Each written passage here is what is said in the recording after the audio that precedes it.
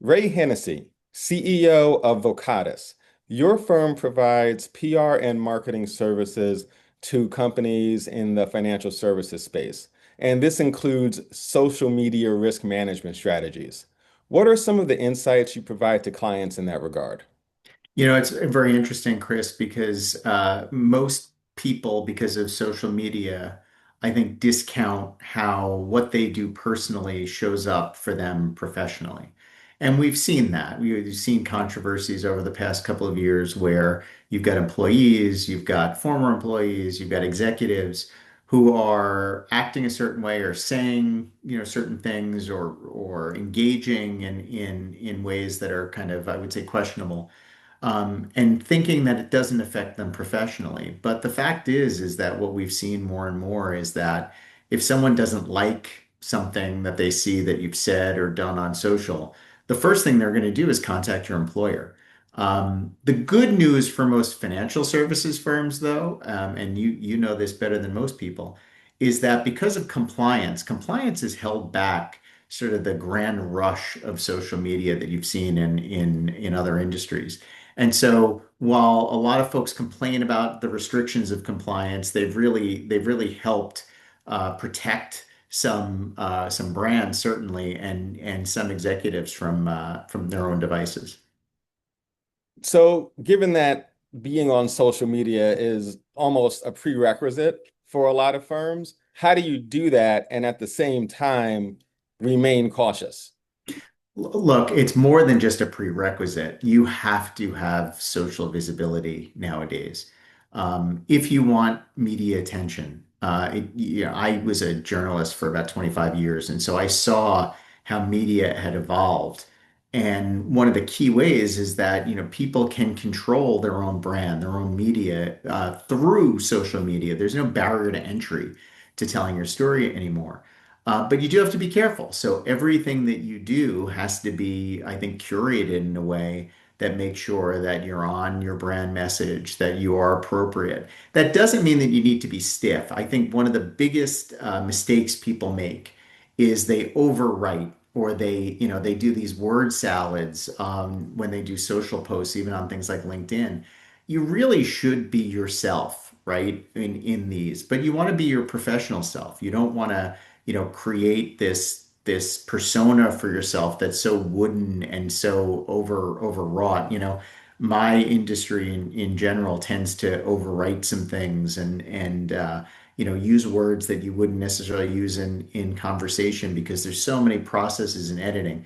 I don't really like that. I like it to come from the heart. I like it to be real. I like it to be authentic. And as long as it's appropriate, that is part of your brand. And I think people need to understand that on social. So, advisors shouldn't be integrating and optimizing to the fullest across scale to. It is drives me nuts. And what's funny is I'll tell you what's even gotten worse is people are using things like ChatGPT and Claude and whatever AI engine to say, write me a LinkedIn post on this or do me a Twitter post on that. What's funny is that you can tell when somebody's using ChatGPT to write a post. You can tell like the way things are written and phrased and the emojis that they pick for you and all these other things. And so it's just getting to the point where people who didn't want to do it before by themselves because they were afraid or they didn't really want to lean in that much to social are now saying, well, I can just have LinkedIn do it for me and that's easy. But that's even less authentic than keeping quiet. So I really think, and I really do encourage people to use their own voice, try to write in their own voice, try to present themselves in a really authentic way. Because I'll tell you this, Chris, when we started Vocatus a little over 3 years ago, we didn't even launch our own website until after about 2 years. Why? Because we generated all the business we needed simply through LinkedIn engagement. So social is vital to growth. It's not just about brand, it's not just about ego. It really is a growth engine. So you need to do that right and you need to treat it as such. Now, finally, for when the missteps do happen, maybe someone gets a little too overly political, maybe a little too familiar, then what is the response once the damage has been done?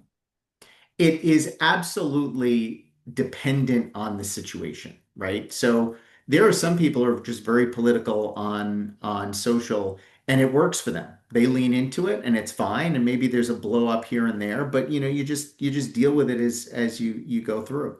Other times, sometimes you need to take a break. Sometimes you need to pull everything down and get away. I will tell you, I wrote a book last year about, apologies and things like that, and coming back from a crisis. And one of the things that I found is that we're a country of second chances, right? So even when you do something wrong on social, the people are going to come with the pitchforks and torches, and they're going to try to tear you down at that point. What they like as much as a tear down story is a build you up story too. They love a comeback. So in a lot of cases, you step back and then you prepare for how you come back after that. And tell us the title of the book. The book was called Beyond Sorry, and it was from Fulton Press. Ray, thank you very much for your time. Thanks, Chris.